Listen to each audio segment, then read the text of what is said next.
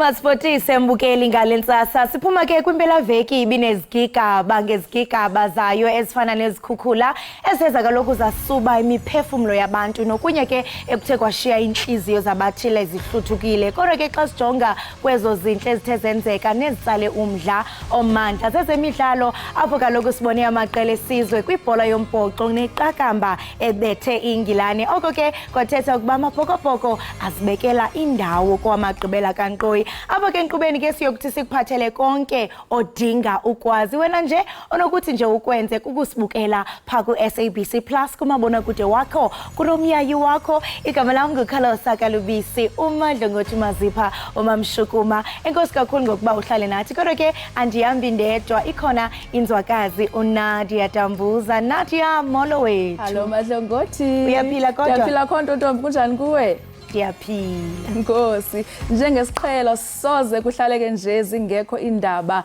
nangempela veki kube njalo kwaye nathi sathatha ingobozi saqokelela kangangoko silungiselela kuba imbiza yethu ibhadle nanga amanye amanqaku ongawalindela. Kubhubhe abantu abahlanu kwizikhukhula zaKwaZulu Natal. uJacob Zuma uza kukhokhela iphulo lonyulo lonyaka ozayo eKZN kanti ucele ubagxeke kabukhali abo bakhusela bophula imithetho zikhona nezemidlalo imoya Zulu njalo njalo. Hlala nathi ubukele Ekhaya Jikelele.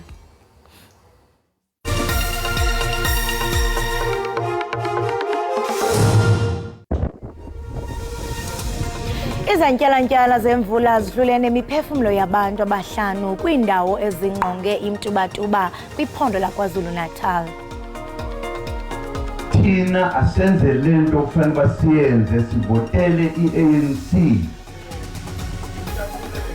Umbutho we-African National Congress KwaZulu Natal uthobe sakuba ngumongameli weli uJacob Zuma uza kuba ekhokhela ukhankaso lonyulo kweli phondo.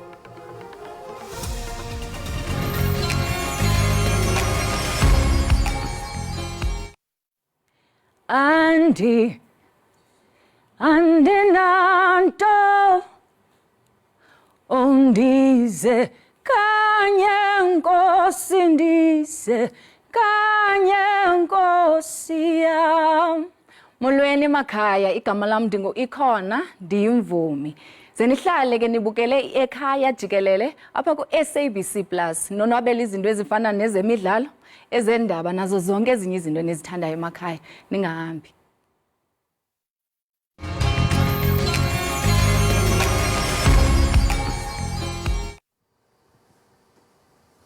Bahlanu abantu ababhubhileyo kwindawo ezingqonge umtubatuba KwaZulu Natal ngenxa yemvula ebethe kwindawo ezininzi zeliphondo. Urhulumente ugunyazise amaqela ahlukeneyo entlekele ukuba ancede abo bashiyeke bengenamakhaya nanjengoko ezinye zezindlu ziye zatshatyalaliswa yimvula. Umonakalo omkhulu ubikwe ezingxenyeni ezakhele inyakatho yeKwaZulu Natal kwaSomkhele nakwamiyeki kanye nasezingxenyeni ezisogwini lwesifundazwe njengasemzimkhulu. Ingaphezulu kwama-70 imizi esicekeleke phansi ngenxa yemvula ehambisana nomoya namandla. Le mvula idale nomonakalo kweminye yemigwaqo kwaphinde kwakhukhuleka namabhloho kanjalo nezintambo zogesi. Umnyango wezokubusa ngokubambisana esifundazweni uhlonze ukuthi izifunda eziningi zikhahlamezekile ngenxa yemvula eqhubekayo. Imbiko yethu ke esiyitholile sevelile ukuthi indawo okwamanje sayona sakhahlamezeka kakhulu indawo lapha eMtubatuba lapho sesithole khona nembiko ukuthi kunabantu abanye abathe badlula emhlabeni ngenxa lezi imvula enamandla. Kube nesiphepho ke siyasaphephula uphahla lwezindlu abantu basala dengwane kuye kwaba khona nokucekeleka phansi kwenqala sizinda. Ezindaweni ezakhele umgungundlovu kuphephuke imijondolo eminingi nokuholela ekutheni izakhamuzi isale dengwane. Iningi labantu kuthiwa bakhoseliswe ezikoleni zendawo kanye nasemasontweni. Kukhona ke abosizo oluphuthumayo sebekhona endaweni ukunikezela ngeinsiza ekhona ukufana nomatras ukudla kanjalo nezinto ezingoplastic zokwazi ukuthi bathole indawo ephephile. Ngokubambisana ke nomasipala abakhona sekuvulwe izakhiwo zomphakathi kwama community halls ukuthi abantu bakwazi ukuthi bafihle ikhanda ngalesikhathi samanje. Abanye ke baye bese becela ukuthi bazohlala nemindeni yabo. Labo abajutshwe ithimba elibhekele ezeyinhlekelele bayaqhubeka nokubheka isimo ezindaweni okuyizona ezinomonakalo omkhulu. I-ANC KwaZulu-Natal ithi lowo ebesakuba ngumongameli weli uJacob Zuma uza kukhokela iphulo lolonyulo oluza kubanjwa kunyaka ozayo. uZuma ebethetha kwindibano ebibanjelwe eMandeni kumhla eKwaZulu-Natal. Ubethelele ukuba abantu mabaqhubeke bexhasa i-ANC nangona ijongene nemicelimngeni ethile. Yize eminye imbiko eveza ukuthi upholi be-ANC KwaZulu-Natal buhlela ukukhuluma nowayengumongameli uJacob Zuma ukuze alekelele iqembu ukuze lithole ukwesekwa okhethweni ngonyaka ozayo, kodwa bengakacaci noma uZuma usivumile yini isicelo sabo. Selokhu aphuma ejele ngo-2021, lo wayengumongameli bengasabonakali kakhulu emhlanganweni yeqembu. Lo mbuthano obusemandeni enyakatho yeTheku ube ngomunye wokuqala we-ANC ohanjelwe uZuma. Abaholi besifundazwe sebeqinisekisile ukuthi bafuna uZuma hola umkhankaso wabo wokhetho. Iqembu libonakala lingenzi kahle. Imphumela yokhetho yokuchibiyela yakamuva kwamanye amawadi ikhombisa ukwehla kwekwesekwa kwe-ANC. Nangendlela i-ANC eqhuba ngayo ngifuna ukungena kuyo manje. Ngoba Iindaba endeleyo ngifuna ukuthi thina asenze lento okufanele basiyenze sivotele i-ANC ukuze i-ANC size ekushintsheni impilo zabantu abahluphekile zibe ngcono. uZuma uthi liyanda ukuqhakeka eqenjini kanti nokwethenjwa kwe-ANC kuyehla. Nokho unxuse labo abanganeme ngesimo esikhona senhlangano nezwe ukuthi bangayiflatheli i-ANC. Uthi amalunga nomsebenzi wokuphonsela inselelo abaholi abadukisa amalungu eqembu. Ungathi mawuhlushwa umuntu kwe-ANC noma umholi noma abantu ubusulwa ne-ANC. Kurong lokho. Futhi uma ubona ukuthi wrong umtshela ukuthi wrong. Ukuze sihlale sineqiniso ngoba ukungakhulumi kwethu kusenza manje sifane nabantu abesabayo nabantu asebenonkosana babathembayo ukudlula uNkulunkulu. Okhethweni lukazwelonke lango-2019 i-ANC KwaZulu-Natal yathola amavoti angu-54.22%. Yize kunezinselelo iqembu elibhekene nazo, abaholi balo basenethemba lokuthi bazokwenza kahle okhethweni olizayo. Endabeni ze-SABC ngo-Iindaba eMandeni. Umphathiswa wamapolisa uBhekicele ugxeke kabukhali uluntu olukhusela nolugcina izaphuli mthetho. Ucele bethetha kumngcwabo ka-warrant officer uSithembiso Mazibuko othe wabulawa ngoLwesibini. U-warrant officer uSithembiso Mazibuko wabulawa kabuhlungu igebengu ebefuna uthule ngamaphoyisa. Ubule emzini Mumbe eNtuzuma lapho amaphoyisa abetholene khona phezulu negebengu. Kuphinde wasala enkundleni igebengu ezine kuhlanganisa nabesifazane nesigebengu besifunela amacala okubulala ayi-12 okuyizigameko zokubulawa kwamalungu eyinhlaka ezilwa nobugebengu emphakathini kusukela ngenyanga edlule. Umndeni kaMazibuko uthi ufe olwembiza. Silahlekele kakhulu asikwazi nokukhuluma. This guy was a good trooper. He was a good trooper. He was a good soldier. He was focused. Enyangeni ezintathu kuswela umbasa kuya kuNtulikazi kulonyaka angu-31 amaphoyisa abulewe esemsebenzini. Ucela ukunxusa imphakathi ukuba isebenzisane namaphoyisa ukulwisana nobugebengu. These criminals must be hunted like criminals, like amagundwane eziwona. Niyithole emgodini, niyithole khona emgodini, niyiphampele khona, niyicela emgodini. They cannot be allowed ukuthi ba-threatenishe, ba-terrorize, besabise, baphilise umphakathi. There must be no peace for criminals. uMazibuko ushiye emhlabeni unkosikazi wakhe, izingane ezintathu kanjalo nabazukulu. Ezinye idolophu ezisixhenxe zeMpuma Koloni eziphansi komasipala wase-Dr. Beyers Naudé siza kuthiywa ngokutsha. Le nkqubo yokutshintsha amagama edolophu kukulungisa umqela washiywe inkqubo yocalucalulo. Kumasipala iDr. Beyers Naudé kwiKhartoum zidolophu ezine kuthe kwaphakanyiswa amagama azo ukuba atshintshwe. Ezidolophu iGraafreinet engathi ibizwe iRobert Sobukwe okanye iFred Hafke. I-Adendorp yona kungathiwa kwaMseki Bishop Limba, e-Aberdeen ibizwe iCamdeboom. Ngelixa iNew Bethesda kuthiwe kukwanoHeleni. kodwa imibutho yasekuhlaleni ayiqolanga yile nkqubo. We have got serious problems with water provision, sewage leaks, refuse tip that is in a terrible mess, stray animals that cannot be controlled. So we look at those conditions, and that is what we think should be focused on. Umbutho we-DA uthi le mali iza kuthi ichithwe kule nkqubo ibile ukunceda ekuziseni kwenkonzo. We understand that there's a need for redress. We understand that there are wounds of the past that need to be addressed. But we don't believe that changing the names of these towns is going to do that. Our feeling is rather spend the money on changing lives than spending money on changing names. Kwindaba ze-SABC ndingumcebisi Nqena. Ndisempuma Koloni. Umasipala wase-Alfred Nzo eMpuma Koloni ukhuphe ibhiliyoni yeerandi kuze kulungiswe iziseko zamanzi. Sodolophu walo masipala uvukile Mhlelembana uthi zininzi izinto ezichaphazela ukungabikho kweziseko zoncedo zamanzi ezisebenza kakuhle.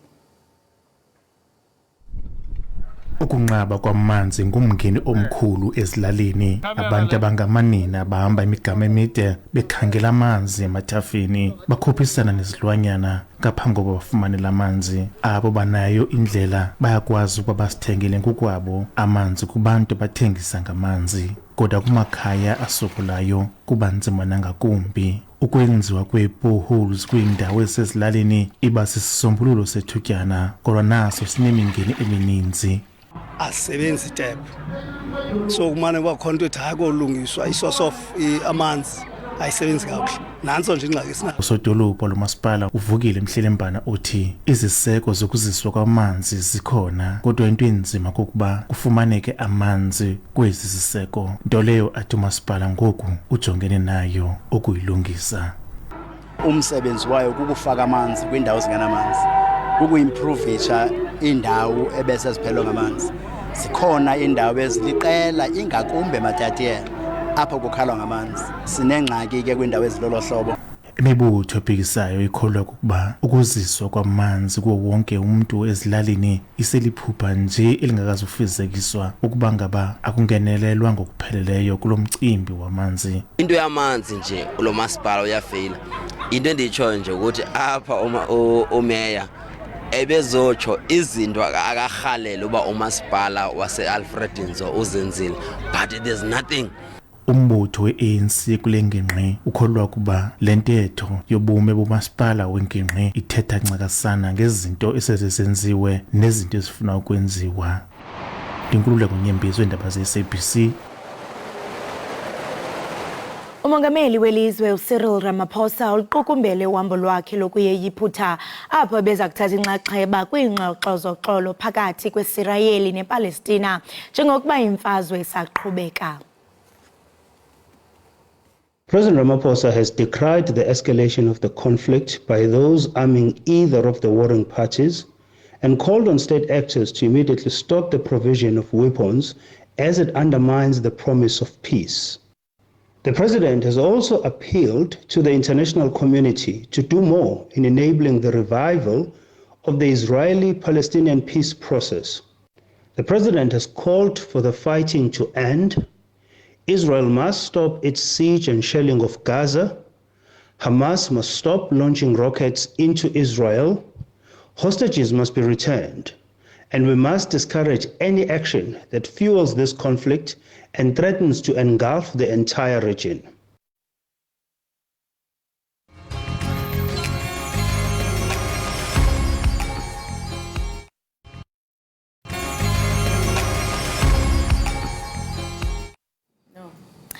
Enkosi ngokuhlala nathi nisasibukele kaloku apha ekhaya Jikelele. Uyaqonda ukhumbule kaloku umbukeli njengoko siye sabika ngaphambili into yokubana kuye kwasweleka abantu abahlanu pha kwizantyalantyala ezithe zaqhubeka pha kwiphondo la KwaZulu-Natal.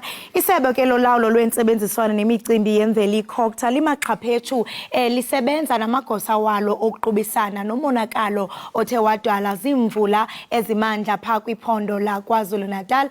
Ingaba ungakanani umonakalo othe wehla kweli phondo yaye zeziphi mhlawumbe inginqe ezithwaxwe kanobomi. Ukufumana banzi ngoku siqhagamshelana ngeqonga likaZoom nosomlobo welisebe uSiboniso Mngadi. Masikubulise sikwamkele mnumzana Mngadi enkqubeni Ekhaya Jikelele. Sibambe ngazo zozibini ngexesha lakho.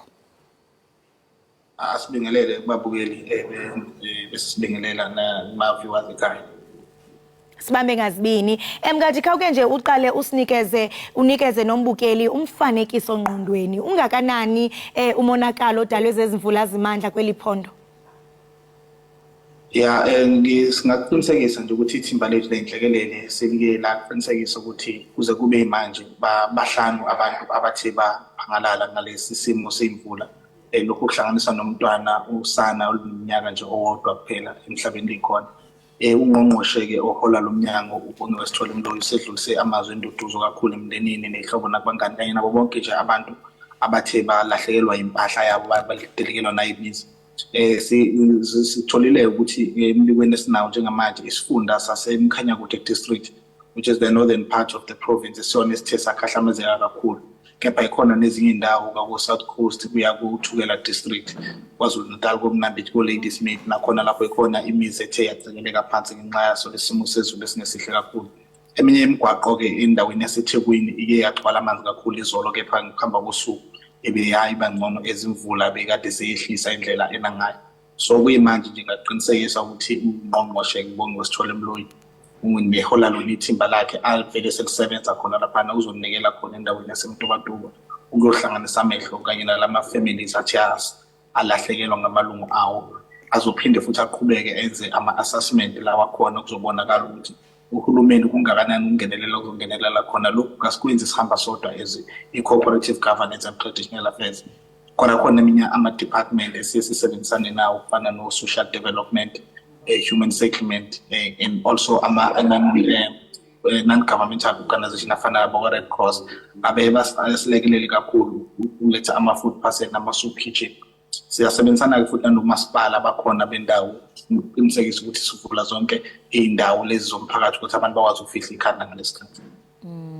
Kuyavakala mnumzana Mngadi namasebe athi akwazi into okubana angenelela kuba ibhlungu kakhulu lemeko ingakumbi kwabo kaloku abazawulahlekelwa zizindlu. Sinemifanekiso apha yezindlu ezithe zabhidlika apha eligcinweni eSABC. Ingaba baphi abanikazi bezizindlu yaye zikhona mhlawumbe indawo enithena basakuzo zokuhlala komzuzwana? Kunjalo ngempela njengoba ngingachaza ukuthi ukusebenzisana kwethu nomasipala siyakwazi ukuthi sivule ama-community halls, even ama-clinics namasonto, sikwazi ukuthi abantu bafihle khona ikhanda. Kepha-ke ngenxa yokuthi abantu la umonakalo omkhulu khona abanye banezihlobo ezingekho kude kakhulu, abanye-ke baye bethi hayi sizofihla ikhanda la ezihlobeni noma komakhelwane eduze ngoba bengafisi ukuthi babe kude kakhulu nezinto zabo esuke zikhona lapho ukusabela mhlawumbe ukuthi ngenzeke ilahleke. Kodwa kulabo abasuke befisa ukuthi kube nendawo abangayithola sikwazi ukuthi-ke sibachuphise lapho. Kepha abanye futhi sitholile nayizolo ukuthi bese beqalele bezama ukuthi baphinde bakhe futhi kabusha ukuze bakwazi ukuthi bafihle ikhanda. So ngicabanga ukuthi nasosukwini namhlanje sothi mesifika sihlangana nabo ukhona umehluko omkhulu ozokuba khona malishona ilanga lanamhlanje ngoba nathi asithanda ukuthi abantu bakithi bahlale endaweni ezifana nama-community hall namasonto. Bathanda abantu ukuthi babe nespace sabo emakhaya. Kepha futhi ngizophinde ngikuphawule ukuthi sitholile ukuthi khona ney'kole ezinhlanu u-5 8 ezathinteka kakhulu kuyo leya ndawo. Umnyango-ke wezemfundo nawo siyasebenzisana nawo ukubona ukuthi sizozama kanjani ukuthi siyilungise indaba yesikole ngoba sisesikhathini esicayi kakhulu for abantwana besikole njengoba unyaka soya ngasemaphethelweni. Kukhona nengxelo zokuba mhlambe kuyoba khona nemoto ezithe zonakaliswa kwaye ke kukhona ke ne-poles zase-Eskom ne-cables ezithe nazo zachaphazeleka. Ungakuqinisekisa oko? Kunjalo ngempela sitholile imbiko wethu ithimba lethu obenenza i-assessment itholile ukuthi kunenhlekelele ama-power lines ama-pylons aka-Eskom aye awa iy'ntambo zasiziba all over. Bakhona-ke nabo sesibathintile bayasondela ukuzozama ukuthi especially ukugwema iy'ngozi ezinye ey'ngadaleka ngey'ntambo kagesi sizobe sinabo. Okunye-ke kwakhahlamezeka kakhulu i-telecommunications ama-facilities lawa e-network okuye kwafaka ingcindezi enkulu ekutheni singakwazi ukuphumana kahle nabantu on the ground ngoba i-network beyingekho kwezinye zalezi ndawo nxa ukuthi iyakhahlamezeka nawo ama-towers lawa ngekhathi esulena kakhulu. Kepha zonke-ke izinhlaka ey'thintekayo seke zakwazi ukuthi ithintwe. Sinethemba lokuthi osumini namhlanje njengoba liqala nje siphikelele khona lapha kuningi sokwazi ukuthi sikuthola bese sizama ukuthi sikulungise ukuthi sibone ukuthi impilo siyibuyisela kanjani esimeni esijwayelekile ngokukhulu ukuphuthuma. Abakwasasa nabo sizokwazi ukuthi sibe nabo ngoba kunabantu abalahlekelwa izona zonke izinto ey'balulekile, including their identity document, their SASSA card and all those things. So sifuna nabo ukuthi basheshe bakwazi ukuyithola ukuze impilo ikwazi usheshe iqhubeke esimeni esijwayelekile. Impilo isheshe ikwazi uphinde iqhubeke kuba asiqale sisiganeko ndiyacinga into yobana kulo nyaka ophelileyo singatsho into yokubana sasine-disaster, sasinenhlwaleko kunjalo nje ndiyathemba into yokubana nani nilisebe khona into enayifunda ukuze nizame ukuqubisana ngokukhawuleza nesisimo kuba xa uzothi mhlambe kuchaphazeleke izikolo ezinhlanu sekusondele ngoku ixesha lokuba abantwana bachophele imviwo ingaba mhlambe singabona how soon can we see i-progress okanye izinto zibuyele esimeni? Njengoba ithimba livele seliqalile ngicabanga ukuthi namhlanje abaholi bethu njengoba bezobe bekhona bonke lapha namhlanje kuzokwazi ukuthi time frames ngoba ngicabanga ukuthi ama-teams ethu alokhu eqalile esebenza ngesonto lapha i-information ne-data sikwazile ukuthi siyi-collecte yonke ibonakala. So lingathi mhlawumbe uma ngabe liphela mhlawumbe isonto kuyose kubonakala ukuthi khona okuthile osebenzakala. Zona ingcali zemo sezulu ingaba bathini bona ngesisimo ingaba mhlambe kungathomalala okanye kusekude engqinibeni?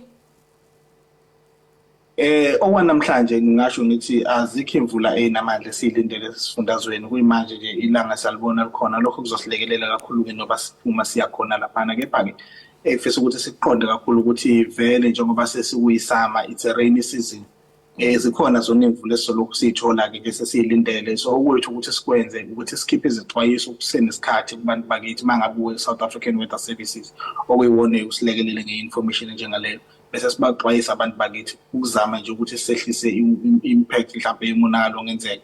Laba abasey'ndaweni ey'phansi sesibanxusa ukuthi engathi bengabheka indawo ethe ukuphepha ikakhulukazi uma kuza iy'ndlela iy'mvula ezinamandla kakhulu ngokwama-level abasuke besinikeze wona.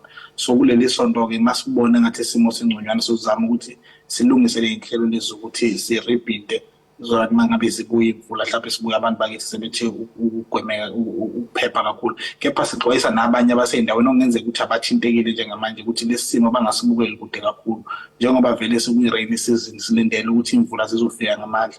Okwethu ukuthi sizame ukuthi siyilungiselele. Ngiyazi ukuthi okunye akungaphezu kwamandla ethu okufana nazo iphepha ngoba isiphepho noma ngabe kuthiwa ubaleke kwawucasha uma sizokufika ngoba siqhamuka phezulu. Kepha lokhu kufana ney'khukhula namanzi agilizayo singakwazi ukuthi noma imizi yethu mhlawumbe ingathekeleka phansi kepha imiphefumulo okuyiyona esesifisa ukuthi iphephe kakhulu ngalesi sikhathi samanje. Sithi abantu bakithi abathi umuvu abashayelayo emgwaqeni uma ngabe izulu lina kakhulu indlela engabalulekile sesibanxusa ukuthi sithi kuyihlehlisa ngoba siyasibona ukuthi amanzi ahambe abe maningi kakhulu emgwaqeni. Uye watsho wangaphambili into yokubana phakathi-ke kwengingqi ezithe zachaphazeleka kanobomi yiyo imtubatuba kwindawo esingatsho into yokubana zisentshona. Ungathi mhlawumbe le ndawo yasemtubatuba iqhelenene ne-bad weather condition yokuba mhlawumbe kunethe ngolu hlobo kwabe kudaleka nezanyonyo zemvula? Hayi cha umsakazi mhlawumbe nababukeli emakhaya ngingiyasho ngithi indawo yasemtubatuba indawo nje ejwayelekile ethola imvula nayo ngokulingana futhi yebo yona ingase sebeni lulwandle kepha hayi kuyona indawo ezaziwa ngegameko kakhulu. Uma ngabe ngizoyiqhathanisa nedolobha laseThekwini mhlawumbe eThekwini imvula iyona efika khona ngamandla kakhulu esiye sikubone. Kepha-ke okusingakusho futhi ukuthi lana inezimatshe ezimvula inile yona kepha into edale umonakalo kakhulu kube isiphepho ebesinamandla kakhulu okuyisona esiye sacekela phansi inqanda sizinda imizi yabantu okuhlanganisa nazo ama-cables aka-Eskom lapho. So umoya kakhulu okuyibona wafaka ingcindezi not noma imvula mhlawumbe beyiningi kodwa umoya iwona ubu-strong ngamandla waze wadala umonakalo lo esiwubonayo. Ndiyarhalela uqonda into yokubana yintoni nizawuyenza ningukho uqinisekisa into yokubana urhulumente le mali ayichithayo uyichitha ngendlela erayithi kwaye ayikho mhlambe into esizayisola sithi kune-corruption kuba siyaqonda into yobana ezimvula nale mimoya ichaphazeleka phantse zonke indawo kuba naseMpuma Koloni kule mpelaveki igqithileyo besinengxaki yezandyondyo zemvula kwaye nabahlali bayakhala besithi into yokubana ibridge azakhiwa. Mhlambe intoni eniyenzayo uqinisekisa into yobana imali ebonelela indlela, imali ebonelela uluntu ichithwa ngendlela eyiyo kwaye ilungisa neziseko zikarhulumente uqinisekisa uba uluntu lukhuselekile ngalo lonke ixesha? Njengomnyango nje wezokubusa nokubambisana thina sisebenzisana kakhulu neminyango eyahlukahlukene ngoba uma ngabe sina asesile ama-disasters then we hand over human settlement ne-ofisi likaNdwendwela liyangenelela khona ukuqinisekisa ukuthi yonke imigudu yokusetshenziswa kwemali yabakhokhi bentela iyalandelwa. Ukhona ne-ofisi lika-Auditor General elilona lilandelele lisimonitor ukuthi yonke into ilandelwe imigudu yonke efaneleyo nanokuthi imali isetshenziswa ukuthi ibenefit labantu labo kuyibona abasuke besenkinga ngalesikhathi samanje. So kuyaqinisekiswa konke lokho. Ikhona ama-progress akade enziwe uzokhumbula ukuthi ekhukhuleni edlule umasipala abafana nabaseThekwini sebeqalile vele bayavula eminye imigwaqo omkhulu sebekwazile ukuthi bayivule inqalazinda zamanzi ezayikhahlamezekile. Kodwa khona ama-monitoring nala ama-politicians omasipala abakwazi ukuthi ba-account khona. So lolo ngasho ngithi uhlelo olusuke selihlanganisa uhulumeni not even at a provincial kodwa na-national bayakwazi ukuthi bangenelele kube khona ama-monitoring okubheka ukuthi ngabe imali esetshenziswa ngendlela yini ukuqinisekisa ukuthi yonke into iyaqhubeka ngohlelo. Masibambe ngazibini ngexesha lakho siyathemba into yokubana the measures that are in place izawukhawuleze zenzeke ngoko nangoko sikwazi into yokubana sibuyele esimeni. Enkosi kakhulu ngexesha lakho. Sibonge kakhulu umsakazi, sibonga nakwaphulaphula emakhaya. Enkosi. Lo ke mbukeli ebesithetha naye nguye umnumzana uSiboniso Mngadi othathela ke isebe lolawulo lwentsebenziswana nemicimbi yemveli kwiphondo la KwaZulu-Natal. Besithetha naye ke ngesehlo esibangelwe zimvula ezimandla pha kwiphondo la KwaZulu-Natal.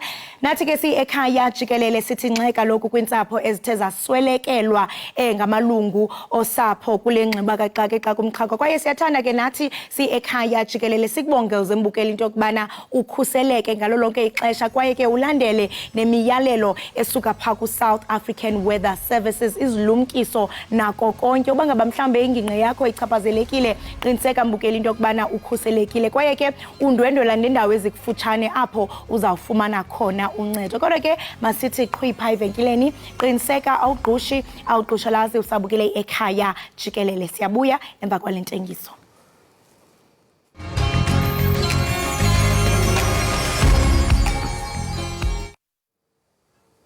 Masiphinde sikwamkele kwakhona mbukeli wam phambi kokuba kubekho ifoni iikhamera zefoni kwakukho abantu abafota ngeekhamera zakudala ze-analog. Ingaba sekuhambe umgaba ongakanani ukuthathwa kwemifanekiso? Ingaba zisasetyenziswa iikhamera? Ukuphendula lo mbuzo neminye sinomfoti kaloku owaziwayo uMandisa Buthelezi apha estudio. uMandisa yena wazalwa ngo-1991 kwiphondo laKwaZulu-Natal, ukhulele kwilokishi yaseMlazi eThekwini. uMandisa wayethathekile ke bubomi basemaphandleni pha KwaZulu-Natal ze waqala uhambo lwakhe njengomfoti ozifundisayo ebalisa ngemeko yentlalo nenkcubeko ekhoyo emaphandleni kwimimandla ekufutshane nedolophu. Ngo-2015 wazibandakanya neDurban Centre for Photography ukuze aphucule isakhono zakhe zokufota. Kwaye ngoku sindleke umboniso wokufota onomxholo othi Emgonqweni. Lo mboniso uxhasa lisebe lezemidlalo, ubugcisa nenkcubeko.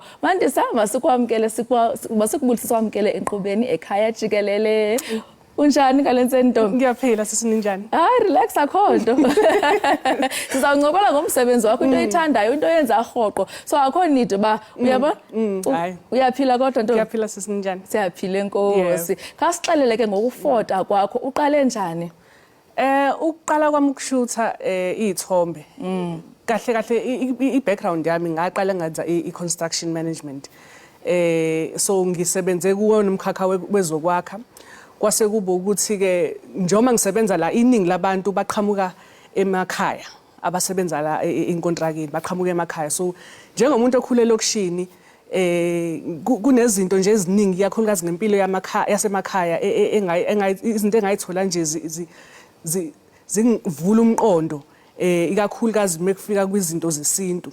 So kwase kuba into engithanda nje ukuthi ngiloke ngihamba ngemakhaya ngiyoshutha ngizenzela nje eceleni ngoba ngifuna nje ukwazi kabanzi ngesintu.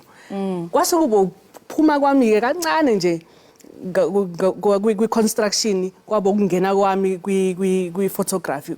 Ngaqala nje kanjalo kodwa ngaqala ngenza imicimbi njengemshado nani kodwa kwathi ke sekuhamba iminyaka emincanyana ngase ngabona ukuthi empeleni into engifisa ukuyazi mina into yesintu. So i-photography yami siyashifta ke yabe sifocusa kwizinto zesintu kanjalo. Njengoba bese sithilo eqaleni kwakufotwa ngekhamera ngoku sibona sekufotwa ngefoni. Uqala kwakho wena waqala ufota ngefoni okanye nawe waziphethela ikhamera yakho?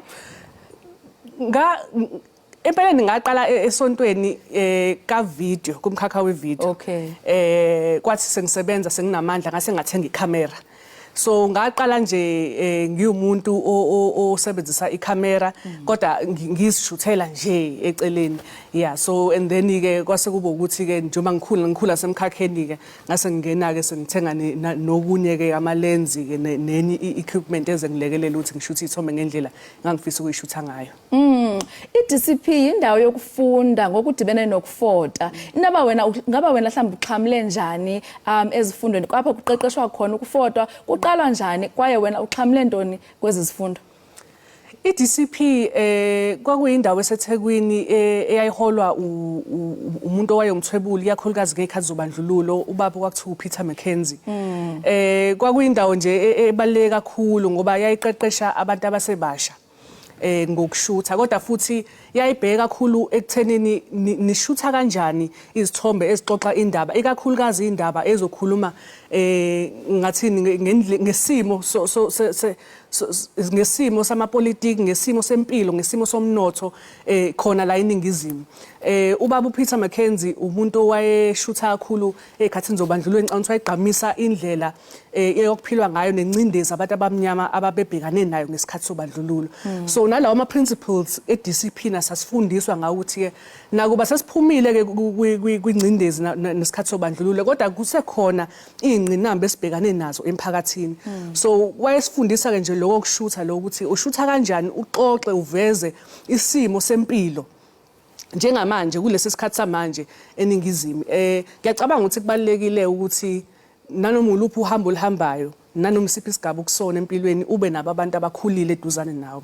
So I think uba Peter Mackenzie wangilekelela kakhulu not just ukushutha nokwazi ukuthi ikhamera isetshenziswa kanjani kodwa wangilekelela nami ukuthi ngikwazi ukuthi into engifuna ukuyixoxa ngezami izithombe ngikwazi ukuthi ngiyenze ingcinamba noma umlando noma message engifuna ukuyisho ngezithombe zami ngikwenza kanjani lo ngihlanganisa kanjani inkulumo yami nezithombe zami ukuze umuntu mebuka isithombe awuthola umqondo engizama ukusho ngezithombe zami. So ngakhuliswa nje ngiyacabanga nabantu esasinabo sakhuliseke kakhulu through discipline okubhlungu ukuthi uPeter Mackenzie akasekho emhlabeni kodwa ngiyacabanga ukuthi igalela lenza empilweni zethu singabantu abasha baseThekwini ababe nesifiso sokuthatha iphotography uyabonakala nomsebenzi yakhe njengamanje ngoba sisekhona emkhakheni. So i-mentorship ye-photography inebithatha ixesha elingakanani because ininzi lento uyithethayo othi uyifundiswe nguMackenzie inoba yakuthatha ixesha elingakanani mhlawumbe? Ngingasho nje ukuthi mina iDCP ngayijoina kwakuwo 2014 2015 khona lapho ngisayiqala ngempela iphotography sengibona ukuthi okay nansi into engifisa ukuyenza ngempilo. Nendlela engangenza ngayo ke indlela ekufundiswa ngayo akufundiswa njengesikole akuyona into oyi-attenda njengensuku zonke hayi uye eklasini kunama projects eniwenzayo so nisebenza ngama projects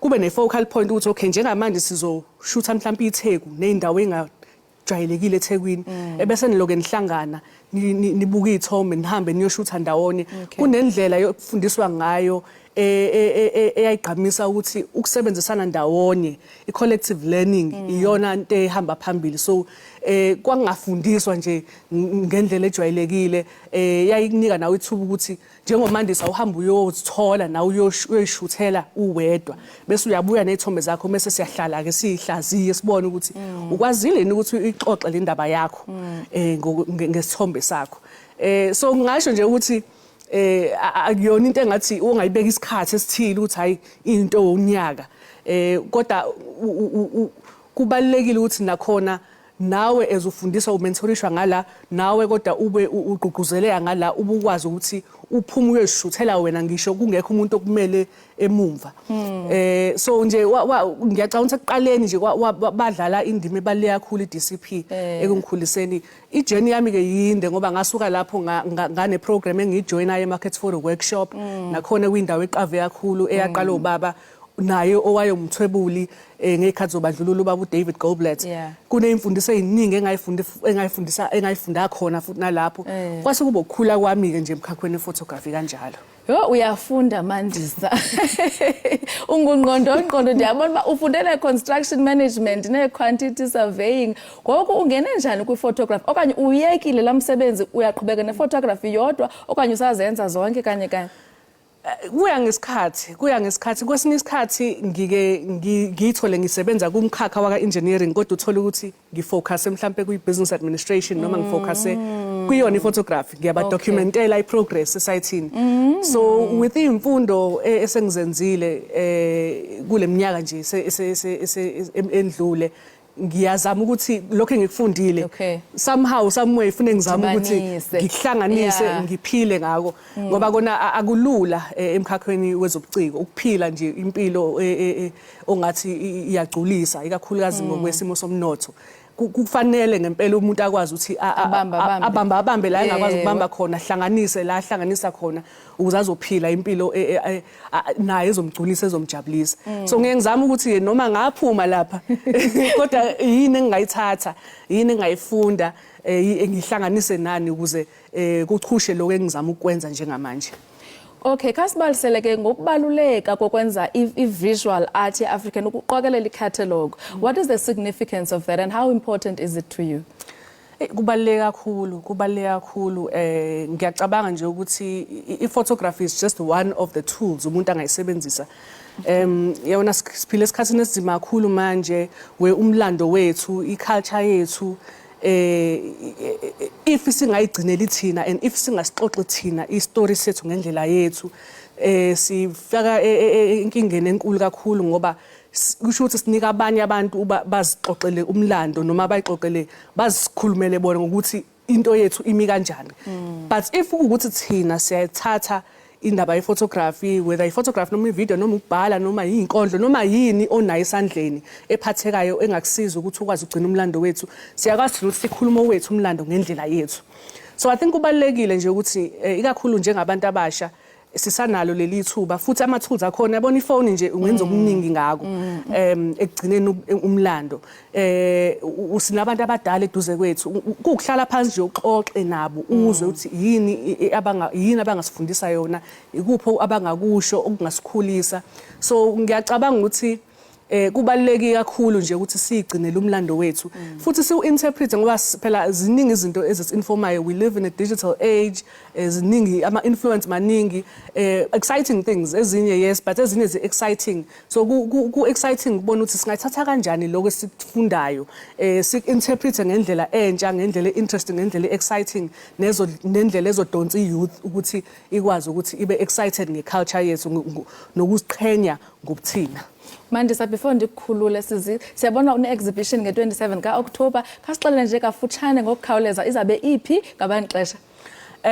I-exhibition izobe ingolesihlanu lolu esikulona lamhla 27 October izobe isi-the chairman eThekwini so i-solo exhibition yami ngizobe ngikhangisa iy'thombe zami esengiyishuthe over the last 9 years ngikulo mkhakha we-photography isihloko se-exhibition ise-emgonqweni bengifisa nje ukuthi umuntu ofikayo afike nespirit noma aholwe ispirit somgonqo, ispirit sokujula, ispirit sokuzindla, ispirit sokucabanga nokukhula nokukhuliseka.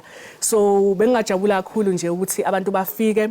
I-opening ngolesihlanu ngo-6 o'clock and then izohlala for inyanga. Thank you so much. Mandisa, masibulela kakhulu ngexesha lakho kwaye sikunqenelela impumelelo kaloku kulo mboniso wakho ngo-27 ka-Oktoba eThekwini. Lowo ke ibingumandisa Buthelezi othatha kaloku izithombe. Hamba ke uyozibonela nawe pha eThekwini. Bawethu siyabuya ngeyure yesibhozo, ngeyure yesixhenxe. Okwangoku sisayevenkileni.